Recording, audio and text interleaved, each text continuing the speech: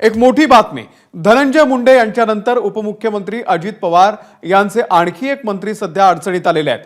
कृषी मंत्री माणिकराव कोकाटे यांना नाशिक जिल्हा कोर्टाने दणका दिलेला आहे। 1995 मधल्या एका प्रकरणामध्ये माणिकराव कोकाटे आणि त्यांचे बंधू सुनील कोकाटे यांना कोर्टाने 2 वर्षांची शिक्षा आणि 50,000 रुपयांचा दंड सुनावण्यात आलेला आहे। मुख्यमंत्री कोट्यातून घर मिळवण्यासाठी कागदपत्रांची फेरफार केली आणि फसवणूक केली असा त्यांच्यावरती आरोप आहे। आता या शिक्षेमुळे कोकाटे यांची आमदारकी जाण्याची शक्यता आहे। आमदार जितेंद्र आव्हाड सध्या आपल्या सोबत आहेत। जितेंद्र आव्हाडजी, एक मोठी बातमी, माणिकराव कोकाटे हे सध्या अडचणीत सापडलेले आहेत। कागदपत्रांची फेरफार करून त्यांनी 2 घरं लाटली असा नाशिक कोर्टाने त्यांच्यावरती ठपका ठेवलाय। आपली पहिली प्रतिक्रिया? पहिली प्रतिक्रिया आहे की 5व्या मिनिटाला त्यांनी राजीनामा तर न्यायालयाने निर्णय दिलाय आणि ते पण चोरी केल्याचा दाखला आहे। अशा चोराला मंत्रिमंडळात ठेवणं चुकीचं आहे। त्यामुळे माणिकरावांना त्वरित मंत्रिमंडळातल्या मुख्यमंत्र्यांनी हकालपट्टी करावी। कारण का अजितदादांना विचारलं, अजितदादा म्हणतील अजून तर सर्वोच्च न्यायालय बाकी आहे ना, आता ह्याच्या कोर्टाने दिलंय, अजून उच्च न्यायालय बाकी आहे, अजून सर्वोच्च न्यायालय बाकी आहे। आणि सर्वोच्च न्यायालय झाल्यानंतर मग मी विचार करेन काय करायचं। त्याच्यामुळे ह्याच्यामध्ये आता तरी या सरकारने कमीत कमी हे जे काही उद्योग चालू आहेत आणि उघडपणाने भ्रष्टाचाराचं समर्थन केलं होतं या माणिकरावांनी, यांना मंत्रिमंडळातनं बाहेर काढावं।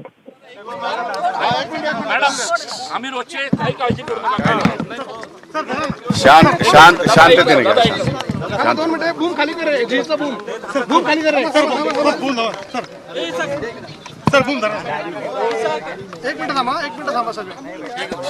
शांत गर्दी करू नका।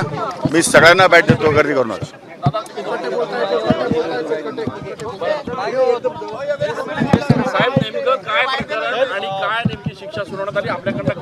हे बघा की ही राजकीय केस होती, गेल्या 30 वर्षापूर्वी ही केस रजिस्टर झालेली आहे। त्यावेळेस दिघोळे साहेब राज्यमंत्री होते, माझं आणि दिघोळे साहेबांचं राजकीय वैर होतं आणि त्या वैरत्वापोटी त्यांनी सरकारला सांगून माझ्यावरती ही केस केलेली होती। त्या केसचा निकाल 30 वर्षानंतर आज पहिल्यांदा लागलेला आहे। मेहरबान न्यायालयाने त्यांचा निकाल सुनावलेला आहे। निकालपत्र हे मोठं आहे, 40 पानाचं आहे, मी अजून वाचलेलं नाही। वाचून त्या संदर्भात मी आपल्याला व्यवस्थितपणे मार्गदर्शन करेल आणि त्यासाठी मी अपील या ठिकाणी करण्याचा निर्णय घेतलेला आहे। आपल्याकडनं जामिनासाठी काही या ठिकाणी हा जामीन तर नियमाने कायद्यानुसार जे काही करता येईल ते सगळं केलेलं आहे। साहेब, पण जे सरकारी पक्ष त्यांचं असं म्हणणं होतं की आपण उत्पन्न कमी दाखवलं आणि सरकारचे सदनिका ह्या लाटल्यात आणि जे 4 फ्लॅट घेतलेले होते त्यापैकी 4ची 4 आपण आणि आपल्या नाही, तर त्या संदर्भात मी अजून जजमेंट वाचलेलं नाही। सरकारी वकिलांचं काय म्हणणं तेही मला माहिती नाही। मी जजमेंट वाचलेलं नाही आणि ते जजमेंट वाचलं की मी तुम्हाला त्याच्यावरती सविस्तर या ठिकाणी न्यूज देऊ शकतो। पण आपल्या शिक्षेची जी आता हे सगळं प्रकरण समोर आल्यानंतर आता राजीनाम्याची मागणी देखील लगेच होऊ शकते ना, काय राजीनाम्याची मागणी होऊ शकते, पण त्यासाठी अपिलेट प्रोव्हिजन आहेत। राजकीय दृष्ट्या देशामध्ये अशा प्रकारचे अनेक निकाल झालेले आहेत आणि त्या दृष्टिकोनातून मी अपिलामध्ये जाणार आहे, हायकोर्टामध्ये जाणार आहे। त्यामुळे न्याय मागण्याचा अधिकार, जसा न्यायालयाला निकाल सुनावण्याचा अधिकार आहे तसा न्याय मागण्याचा अधिकार मला पण एक नागरिक बनून, त्यामुळे मी वरच्या कोर्टामध्ये न्याय मागणार। आपण गेल्या काही वर्षांपासून जर बघितलं तर कृषी मंत्री अब्दुल सत्तार असतील, नंतरच्या काळामध्ये धनंजय मुंडे असतील आणि आता तुम्ही एकूणच कृषी मंत्री पण आज उपलब्ध झालेलं नाही ना हे कृषी मंत्री झाल्यानंतर। हे प्रकरण मुळात 30 वर्षापूर्वीच आहे। त्यामुळे आज झाले, ज्यावेळेस मी राजकारणात जस्ट प्रवेश केला होता, मी त्यावेळेस आमदार सुद्धा होतो की नव्हतं मला माहित नाही। त्यामुळे तो काळ आणि आजचा काळचा मध्ये फरक आहे। त्याच्यानंतरच्या काळामध्ये दिघोळेंचे माझे संबंध सलोख्याचे पण निर्माण झाले, पण कायदेशीररित्या एखादी केस रजिस्टर झाल्यानंतर जो काही नियम असतो त्या नियमान्वये ती प्रोसेस होत असते। उशिरा प्रोसेस झाली, त्यामुळे आज निकाल लागलेला आहे। आज निकालामध्ये मेहरबान न्यायालयाने जो काही शिक्षा सुनावली त्या संदर्भात मी रितसर या ठिकाणी जामीन घेतलेला आहे आणि आपल्यात या ठिकाणी जाणार आहे।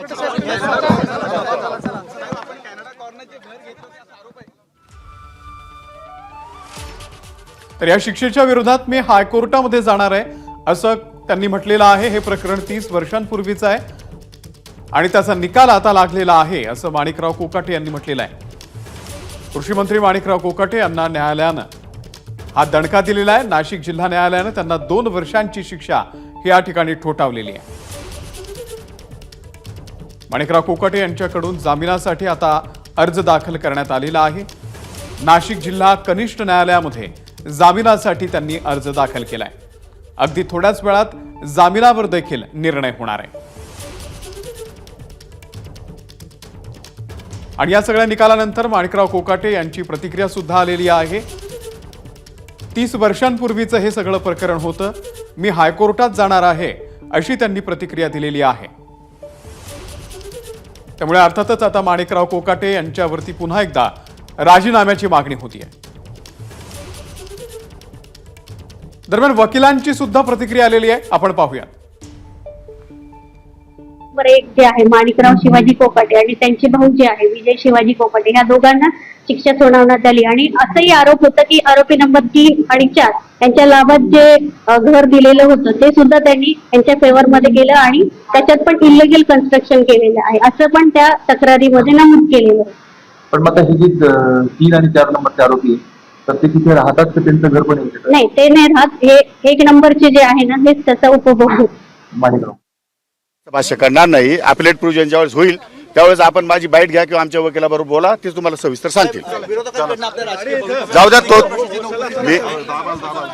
अरे 2 वर्षाची शिक्षा झाली त्यामुळे आपल्याला पद सोडावं लागेल असं देखील म्हटलं। ते काय म्हणतात मला तपासून घ्यावं लागेल कायदेशीर।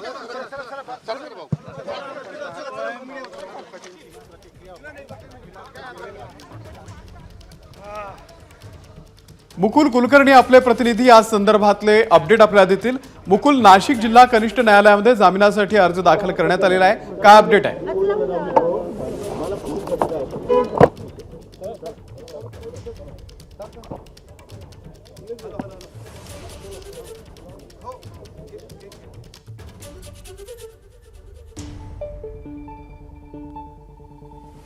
पुन्हा एकदा आपण मुकुल यांच्याशी संपर्क साधू। राजकीय वैरातून माझ्यावरती केस झालेली होती असं माणिकराव कोकाटे यांनी नुकतीच प्रतिक्रिया दिलेली आहे।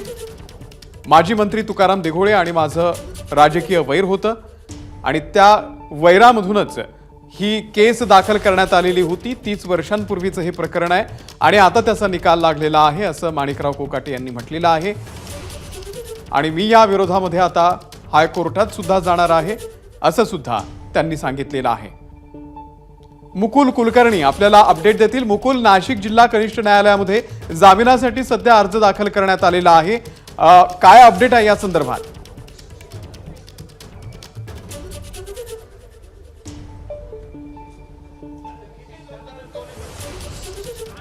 मुकुल, माझा आवाज तुमच्यापर्यंत येतोय? पुन्हा एकदा मुकुल यांच्याकडे आपण जाऊयात, त्यांच्याशी संपर्क साधण्याचा प्रयत्न करूयात। माणिकराव कोकाटे यांच्याकडून सध्या जामिनासाठी अर्ज दाखल करण्यात आलेला आहे। थोड्याच वेळात या जामिनासंदर्भात निर्णय सुद्धा अपेक्षित आहे। तर 1995 साली मुख्यमंत्री 10% कोटा या योजनेमधून घर मिळवण्यासाठी खोटी कागदपत्र माणिकराव कोकाटे आणि त्यांचे बंधू यांनी दिल्याचं हे प्रकरण आहे। स्वतःचं घर नसल्याचं, त्यासोबतच कमी उत्पन्न असल्याचं सांगून 2 घरं त्यांनी पदरात पाडून घेतली। इतर 2 लाभार्थींना मिळालेली 2 घरं देखील स्वतःच्या नावावरती करून घेतली। घरं नावावरती झाल्यानंतर अनधिकृत बांधकाम केल्याचाही त्यांच्यावरती ठपका आहे। माजी मंत्री तुकाराम दिघोळे यांची आणि कोकाटे बंधूंसह 4घांच्या विरोधात या प्रकरणामध्ये तक्रार आहे। 1997 मध्ये तत्कालीन अतिरिक्त जिल्हाधिकाऱ्यांच्या फिर्यादीनंतर कोकाटे बंधूंसह 4घांच्या विरोधात गुन्हा दाखल करण्यात आला। 28 वर्ष नाशिक न्यायालयामध्ये हा खटला चाललेला आहे। 10 साक्षीदार या प्रकरणामध्ये तपासण्यात आले। माणिकराव कोकाटे आणि त्यांचे भाऊ सुनील यांना प्रत्येकी 2 वर्षांची शिक्षा आणि 50,000 रुपयांचा दंड कोर्टानं आज सुनावलेला आहे। फिर्यादी क्रमांक 3 आणि 4 ला कोणतीही शिक्षा झालेली नाहीये।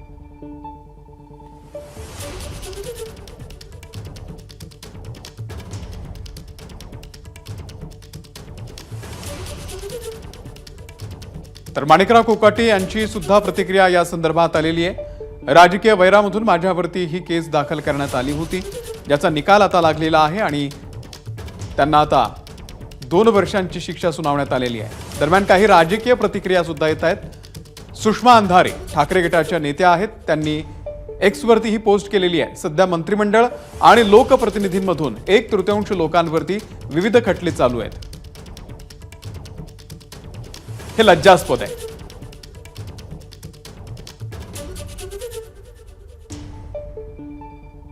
प्रकरण न्याय प्रविष्ट असताना निगरगट्टपणे सरकारमध्ये थांबणं इथपर्यंत ठीक, मात्र जिल्हा न्यायालयानं 2 वर्षांची शिक्षा सुनावल्यानंतर अशा मंत्र्यांचा राजीनामा घेतला पाहिजे. आणि याच संदर्भामध्ये विधिमंडळाचे माजी सचिव अनंत कळसे यांनी एबीपी माझाशी बोलताना काय नेमकी प्रतिक्रिया दिलेली होती फोनवरून, आपण पाहूयात. नाही, कारण काय, कायद्याप्रमाणे 2 वर्षाची किंवा त्याच्या वर जर शिक्षा ठोठावली असेल तर त्यांचं विधानसभेचं सदस्यत्व जाऊ शकतं. पण आता ही सेशन कोर्टाची शिक्षा आहे आणि त्यांना तातडीने अपील हायकोर्टात करावं लागेल आणि हायकोर्टाने जर स्टे दिला नाही तर त्यांना मग सुप्रीम कोर्टात जावं लागेल. ऑफकोर्स ते सेशन कोर्टाचं जजमेंट बघायला लागेल त्याच्यामध्ये काय म्हटलंय, कारण ते हायकोर्टात जाण्यासाठी कदाचित त्यांना वेळ दिला असावा की नाही हे काही लक्षात येत नाही. पण कोर्टाने जर स्टे दिला तर त्यांचं सदस्यत्व राहू शकतं. तर हायकोर्टाने स्टे दिला नाही तर वर सुप्रीम कोर्टात जावं लागेल.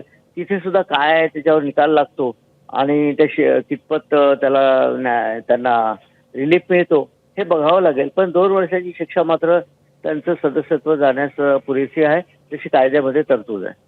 नाही, आता मागे सुद्धा आपण राहुल गांधीच्या प्रकरणात बघितलं होतं, त्यांना सर्वोच्च न्यायालयाने रिलीफ दिला होता आणि शिक्षेला स्थगिती दिली होती.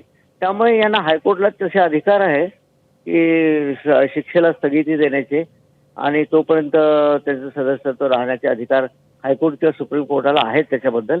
तर तसं कदाचित झालं तर होऊ शकतं तसं आणि त्यांना त्यांचं सदस्यत्व राहू शकतं. तर जामीन काय बेलचा आणि याचा संबंध नाहीये.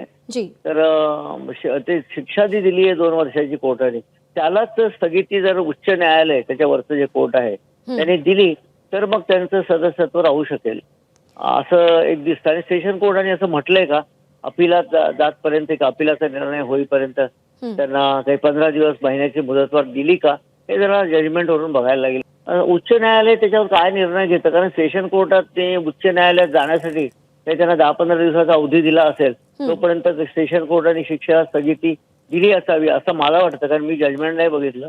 त्यानंतर उच्च न्यायालयात सुद्धा त्यांना तातडीने सुनावणी होऊन जर शिक्षेला स्थगिती मिळाली तर त्यांचं सदस्यत्व राहू शकतं आणि मग त्यांना राजीनामा द्यायची गरज नाही, मला एक सकृत दर्शनी दिसतं. मुकुल कुलकर्णी सध्या आपल्यासोबत आहे. मुकुल, जामिनासाठी अर्ज दाखल करण्यात आलेला आहे, सध्याचे काय अपडेट आहेत?